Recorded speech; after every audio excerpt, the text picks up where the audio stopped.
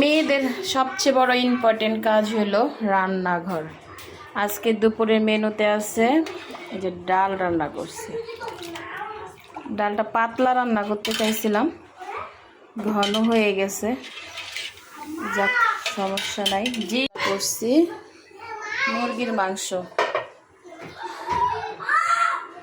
মাংস, রান্না করছি দুপুরের মেনুতে।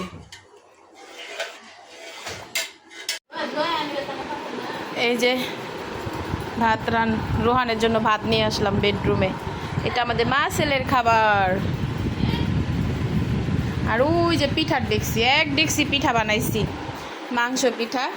খাইতে খাইতে এই যে এখানে এতটুকু অবশিষ্ট আছে, রোহানের আব্বু নিয়ে চলে গেছে। আর এটা আমার খাওয়া দাওয়া করার পর আমি রেস্ট করব, শরীর প্রচুর ক্লান্ত। আর দুপুরের মেনুতে ডাল আর মাংস।